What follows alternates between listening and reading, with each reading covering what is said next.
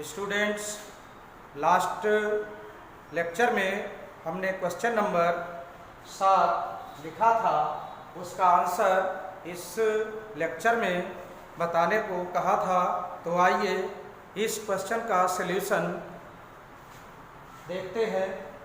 तो सबसे पहले सेट ए लिखा है x सच दैट x एक प्राकृतिक संख्या है, अर्थात प्राकृतिक संख्याओं का समुच्चय जो है वो 1 से प्रारंभ होती है संख्याएं 1, 2, 3, 4 डॉट डॉट सो ऑन, जो कि नेचुरल नंबर कहलाती है, और उनका सेट के रूप में जब हम लिख देते हैं तो इसका अर्थ निकल आता है। इसी प्रकार सेट बी में दिया है x सच दैट x एक सम प्राकृतिक संख्या है। इस सेट में आने वाली सभी सम संख्याओं का सेट लिया जाएगा, जैसे 2, 4, 6, 8 डॉट डॉट, और सी सेट में विषम प्राकृतिक संख्याएं आएंगी 1, 3, 5, 7, 9, 11, 13, 15 डॉट डॉट सो ऑन। इस तरह से डी सेट दिया हुआ है, इसमें भी x सच दैट x एक अभाज्य संख्या है। इनमें वे संख्याएं आएंगी जो स्वयं से विभाजित होती है और प्राकृतिक संख्याएं हैं। तो इस प्रकार इन सेटों को निरूपित करने वाले अंकों के रूप में इस टाइप से हम लिख सकते हैं 1, 2, 3 डॉट डॉट। तो इस टाइप से इसको हम लिख सकते हैं, और ये सेट हम लिख सकते हैं रोस्टर फॉर्म में। इसे भी रोस्टर फॉर्म में लिखा तो सम है 2, 4, 6 डॉट डॉट,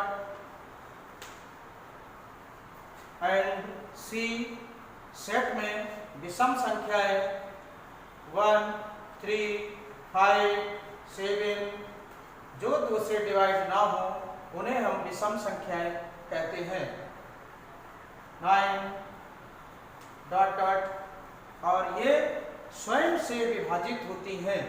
वे संख्याएं अभाज्य संख्याएं अर्थात प्राइम नंबर कहलाती हैं। तो इसमें इसी प्रकार संख्याएं लिखी जाएंगी जो स्वयं से विभाज्य होंगी। इसमें स्वयं से विभाज्य होने वाली संख्याओं को लिखेंगे। तो अब हम इन 4 सेट्स को लेकर निम्नलिखित पार्ट्स को हल करते हैं। पहला पार्ट है आपका ए इंटरसेक्शन बी ज्ञात करना था। तो ए इंटरसेक्शन बी क्या है? ए सेट ए और सेट बी में जो कॉमन एलिमेंट्स लेकर बने हुए समुच्चय को ए इंटरसेक्शन बी कहते हैं। तो इन्हें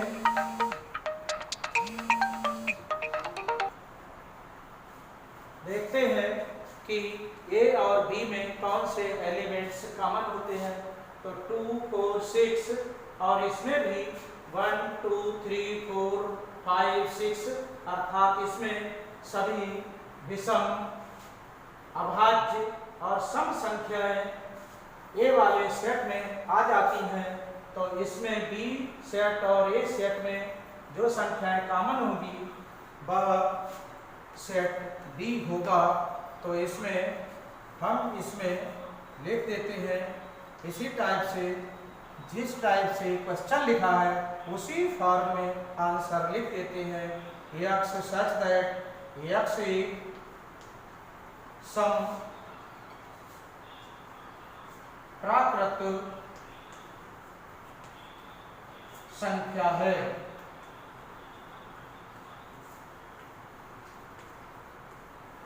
तो ये इंटरसेक्शन बी कहलाता है।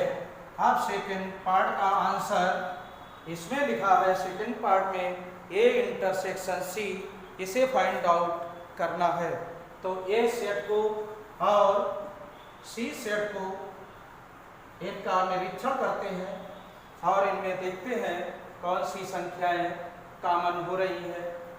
तो इसमें सेट ए में हमने आपको बताया था कि इसमें सम संख्याएं भी हैं और विषम संख्याएं भी हैं और अभाज्य संख्याएं भी आती हैं सेट ए में। और सेट बी विषम प्राकृत संख्या है, अर्थात सी सेट है वो ए का उप समुच्चय है। इसे उचित उप समुच्चय भी कहलाएगा क्योंकि इसका प्रत्येक अवयव सेट ए में उपस्थित होगा। इस प्रकार ए और सी, ए इंटरसेक्शन सी में सी के एलिमेंट्स कॉमन होंगे तो ये बन जाएगा A intersection C is equal to C is equal to X such that X एक विषम प्राकृत संख्या है। ये दोनों में कॉमन हो जाएगा। अब थर्ड पार्ट है इसका। थर्ड पार्ट में लिखा है ए इंटरसेक्शन डी। तो ए इंटरसेक्शन डी हमें फाइंड आउट करना है। तो ए और डी का निरीक्षण करते हैं, देखते हैं इसमें।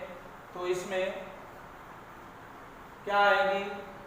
तो ए में तो तीनों प्रकार की संख्याएं हैं, विषम प्राकृत संख्याएं भी हैं, सम प्राकृत संख्याएं भी हैं और अभाज्य संख्याएं भी हैं। तो डी में ओनली अभाज्य संख्याएं हैं। तो डी ए का प्रॉपर सबसेट है, इसलिए ए इंटरसेक्शन डी अर्थात थर्ड पार्ट में डी सेट के एलिमेंट्स कॉमन होंगे। तो इन दोनों में ये डी आएगा और यहाँ एक्स सच दैट एक्स एक अभाज्य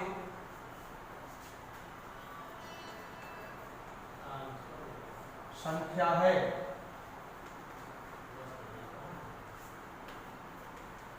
अब नेक्स्ट पार्ट को देखते हैं। फोर्थ पार्ट में लिखा है बी इंटरसेक्शन सी। इसे हम ज्ञात करते हैं। अब बी और सी का निरीक्षण करते हैं कि बी और सी में कौन से अवयव कॉमन हैं। तो बी और सी को देखिएगा। बी और सी को बी में x सच दैट x एक सम प्राकृत संख्या है और सी में x एक विषम प्राकृत संख्या है। तो बी और सी में लिखा है फोर्थ पार्ट में बी इंटरसेक्शन सी। बी सम प्राकृत संख्या है और सी एक विषम प्राकृत संख्या है। तो इनमें कोई भी अवयव कॉमन नहीं होगा। तो इसलिए इसे हम फाई से निरूपित कर देंगे और ये रिक्त समुच्चय इसका आंसर होगा। आप फिफ्थ पार्ट को देखते हैं। फिफ्थ पार्ट में बी इंटरसेक्शन डी है। तो बी और डी का निरीक्षण करते हैं कि बी और डी में क्या कॉमन है, जो इसमें बी इंटरसेक्शन डी सेट बनेगा। तो बी और डी ये एक अभाज्य संख्या है और ये एक बी एक सम प्राकृत संख्या है। तो अभाज्य संख्या भी 2 होती है और सम प्राकृत संख्या भी 2 होती है। तो सम अभाज्य संख्या दोनों में कॉमन हो जाती है। बी इंटरसेक्शन डी में 2 एलिमेंट्स आएगा। इसे हम सम अभाज्य संख्या भी कहते हैं और अभाज्य संख्या इसमें आई गई। तो बी इंटरसेक्शन डी 2 आ जाएगा। इस सेट में 2 एलिमेंट्स लिखा जाएगा। अब नेक्स्ट में देखते हैं C intersection D. Sixth part है C intersection D. C intersection D. तो सी और डी को देखते हैं। इसमें अभाज्य संख्याएं हैं और इसमें विषम संख्याएं हैं, तो विषम संख्याएं भी अभाज्य संख्याएं कुछ होती है जो 2 से विभाजित नहीं होती, वो विषम संख्याएं कहलाती है, और डी जो स्वयं से विभाजित होती है वे कहलाती हैं अभाज्य संख्याएं। तो अभाज्य संख्याओं और विषम संख्याओं में देखिए क्या आएगा, कौन किसका उपसमुच्चय हो। तो इसमें 6th पार्ट में हमने देखा कि सी इंटरसेक्शन डी में फिर पुनः देखते हैं कि x सच दैट x एक विषम प्राकृत संख्या है और d x such that x एक अभाज्य संख्या है। अभाज्य संख्याएं विषम संख्याओं में इन्वॉल्व होती है, इसलिए अभाज्य संख्या का सेट d इसका उप समुच्चय अर्थात प्रॉपर सबसेट होगा। तो यहाँ पर ये कॉमन आएगा, सी इंटरसेक्शन डी में डी कॉमन हो जाएगा क्योंकि इसका प्रत्येक अवयव इसका अवयव होगा, तो ये प्रॉपर सबसेट हो गया। तो डी यहाँ आ जाएगा x सच दैट x एक अभाज्य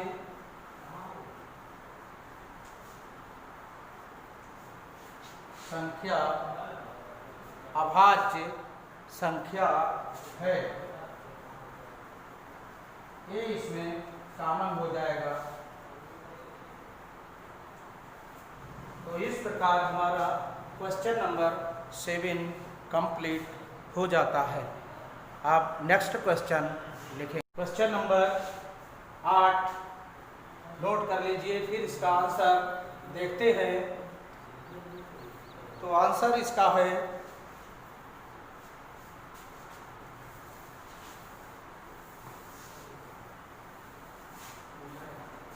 इसका सॉल्यूशन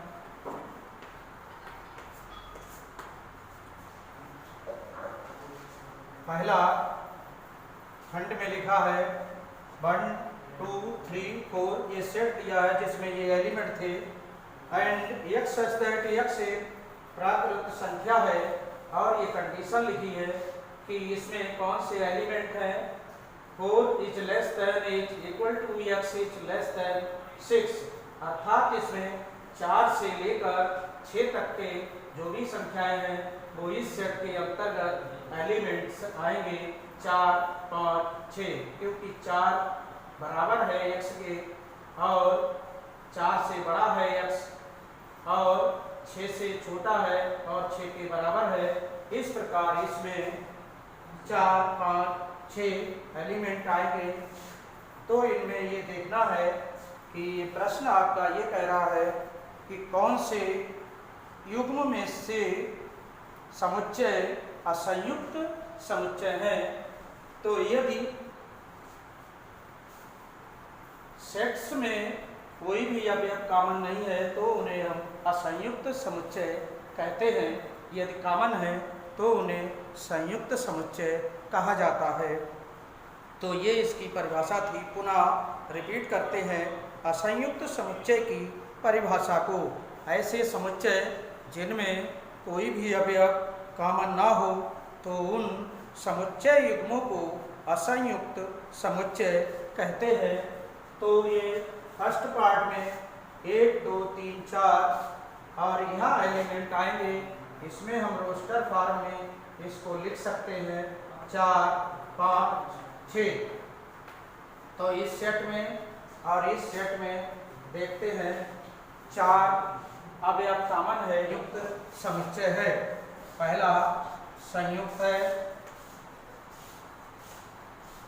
क्योंकि इसमें 4 अवयव कॉमन है दोनों में, इसलिए ये संयुक्त है। सेकंड पार्ट देखते हैं, ये इसमें ई अवयव कॉमन है इसलिए ये भी संयुक्त है। ये संयुक्त समुच्चय है, पहला भी संयुक्त समुच्चय था। और थर्ड जो है आपका इसमें लिखा है कि ये सम पूर्णांक है और ये विषम पूर्णांक है, अर्थात ये दोनों समुच्चयों में कोई भी अवयव कॉमन नहीं होगा, तो ये असंयुक्त समुच्चय कहलाता है। तो ये असंयुक्त समुच्चय हो गया, थर्ड पार्ट असंयुक्त समुच्चय है। अब नेक्स्ट क्वेश्चन को देखते हैं, नोट कर लेना, अभी लिख देते हैं क्वेश्चन नंबर 9। क्वेश्चन नंबर 9 में दिया है set A is equal to 3, 6, 9, 12, 15, 18, 21 and B set दिया है 4, 8, 12, 16 एंड 20 एंड सी सेट दिया है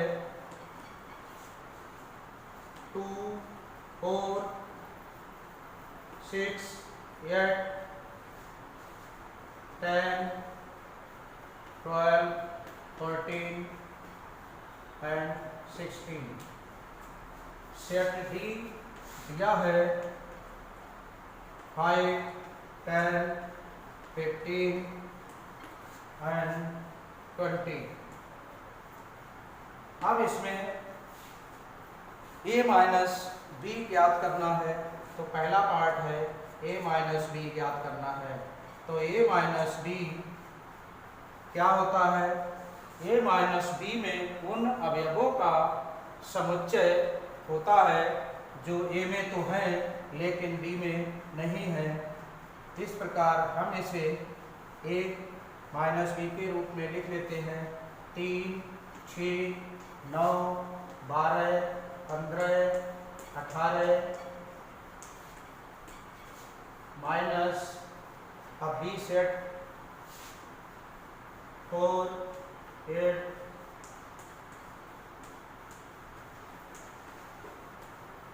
इस तरह से हमने इनको लिख लिया। अब इसमें जो बी के अवयव है उनको हटा देंगे और ए के अवयव लिख लिए जाते हैं। कंफर्म कर लीजिए, यदि a माइनस बी है तो b के अवयव हटेंगे, दोनों में से अगर कॉमन होंगे वो भी हटेंगे और शेष b के हट जाएंगे। और पहले वाले जो सेट यदि क्रम से a से b को घटाया गया है तो a के अवयवों को लिखेंगे। तो इसमें कॉमन अवयव कौन कौन से हैं ये देख लेते हैं। तो इसमें 12 इसमें कॉमन है। इसमें अब जो शेष अवयव हैं इनमें कोई भी अवयव कॉमन नहीं है। तो अब इसमें ये 3, 6, 9, 15, 18, 21 ये आएगा a माइनस बी, जिसमें a के अवयव तो हैं लेकिन b के अवयव नहीं हैं। अब सेकंड पार्ट में लिखा है इसके a माइनस सी, तो a माइनस सी में इसी प्रकार a माइनस सी को लिख लेते हैं। 3, 6, 9, 12, 15,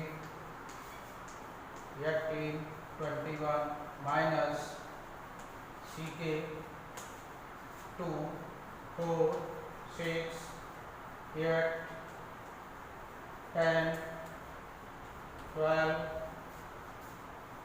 14, 16।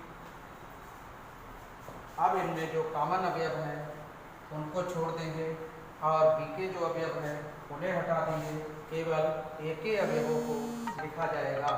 तो इसमें आपके 6 है, 6 हटा दिया और इसमें आपके 12 है, 12 को हटा दिया और इसमें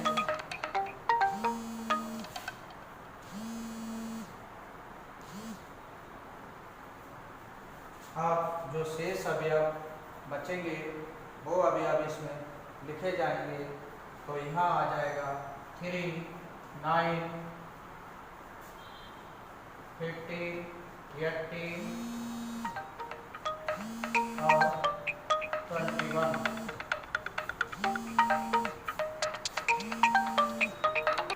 इस तरह से हम इसमें थर्ड, फोर्थ, फिफ्थ, सिक्स्थ अर्थात शेष पार्ट्स को स्वैप करेंगे। और ध्यान दीजिए, दोनों समुच्चयों में जो अवयव कॉमन होंगे वो हट जाएंगे और बाद वाला अवयव का समुच्चय हट जाता है। केवल क्रमानुसार जो पहले समुच्चय में अवयव हैं वही अवयव बचेंगे। तो इस प्रकार हमने दो समुच्चयों के अंतर से संबंधित क्वेश्चंस को पढ़ा। अब 10th क्वेश्चन देखते हैं। Question number 10।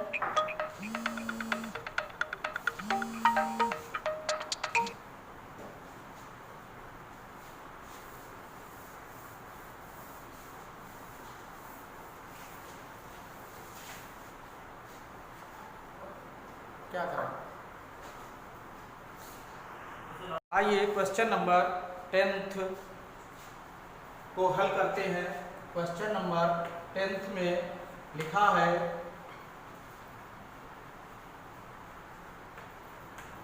सेट एक्स दिया है, ए बी सी डी और वाई सेट दिया है एफ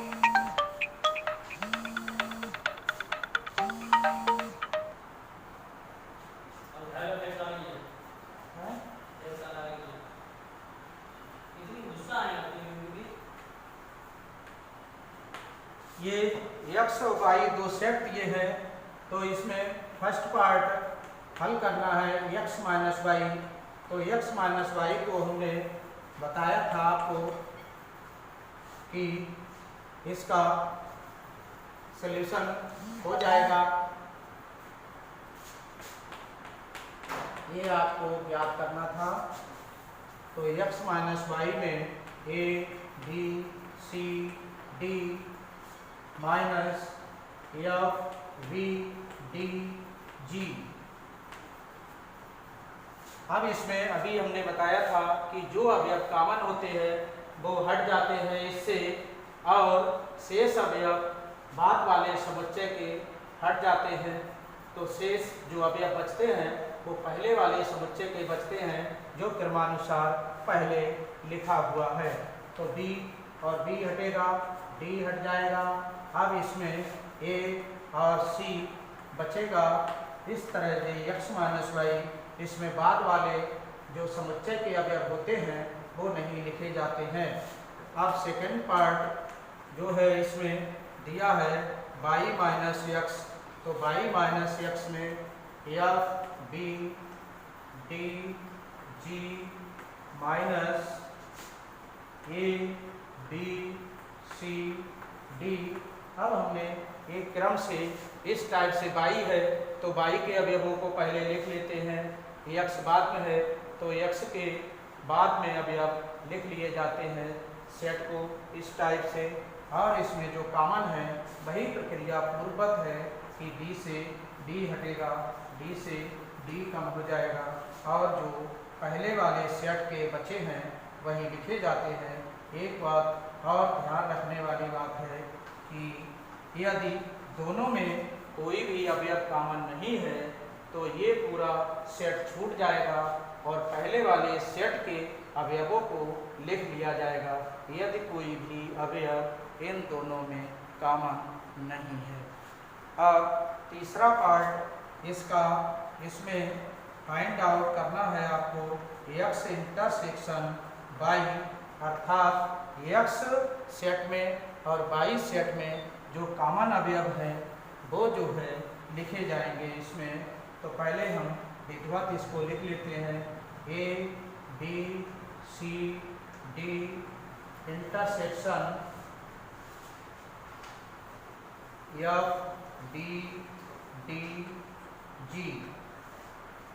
अब इन दोनों में ये सार्वनिष्ठ समुच्चय कहलाता है या प्रतिच्छेद समुच्चय कहलाता है। इसे x इंटरसेक्शन y भी कहते हैं।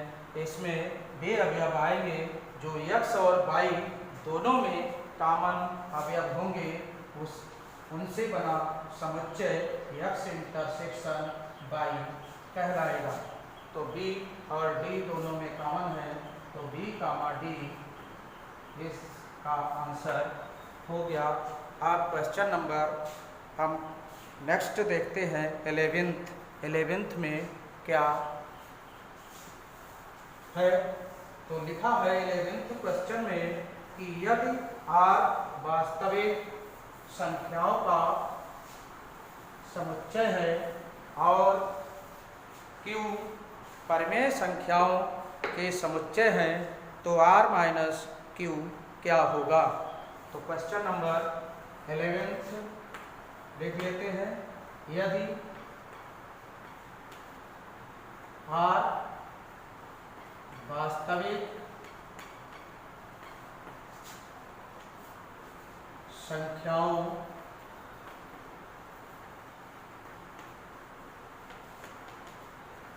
का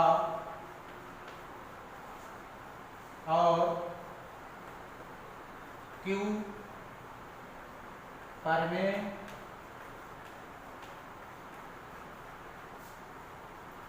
संख्याओं का समुच्चय है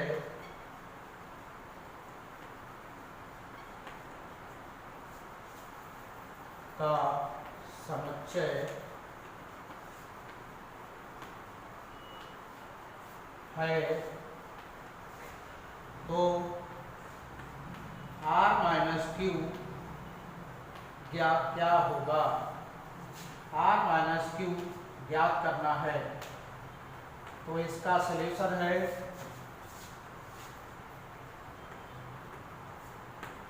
r जो है वास्तविक संख्याओं का समुच्चय है, तो इसका तात्पर्य ये है कि ऐसा समुच्चय वास्तविक समुच्चय कहलाता है जिसमें परमेय और अपरमेय संख्याओं का समूह हो।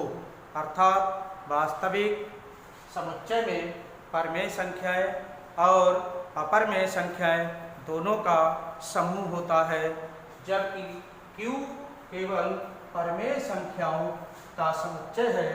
तो इस दोनों वाले समुच्चय में से परमेय संख्याओं के समुच्चय को घटा देते हैं, तो केवल r minus q is equal to अपरमेय संख्याओं का समुच्चय बचेगा। ये होगा अपरमेय संख्याओं का समुच्चय।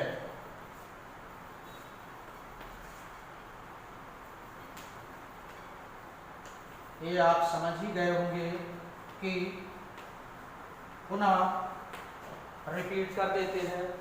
r जो है उसमें परमेय संख्याएं और अपरमेय संख्याएं दोनों के समूह को वास्तविक संख्याएं कहते हैं। तो इनसे बने समुच्चय में परमेय संख्याएं और अपरमेय संख्याएं दोनों होंगी, जबकि q में केवल परमेय संख्याओं का समुच्चय है। तो r माइनस q में अपरमेय संख्याओं का समुच्चय होगा। तो next question and last question इस एक्सरसाइज का, जिसमें बताइए कि निम्नलिखित कथनों में से प्रत्येक सत्य है या असत्य है। अपने उत्तर का औचित्य भी बताइए। तो आइए इस क्वेश्चन को लिख लेते हैं। आइए क्वेश्चन नंबर 12 है, निम्नलिखित कथन सत्य है या असत्य है। यदि ऐसा है तो उत्तर का औचित्य भी बताना है। तो इसका सबसे पहले देखते हैं हम कि ये कैसा समुच्चय है। ये इसमें लिखा है असंयुक्त है, तो ये सत्य है या असत्य।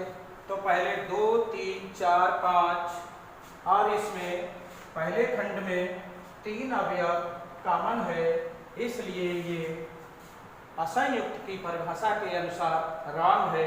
असंयुक्त समुच्चय की परिभाषा होती है कि दोनों समुच्चयों में कोई भी अवयव कॉमन ना हो, तो उसे असंयुक्त समुच्चय कहते हैं। चूंकि इसमें दोनों समुच्चयों में 3 अवयव कॉमन है, इसलिए ये गलत है, मतलब असत्य है। तो पहला असत्य हो गया।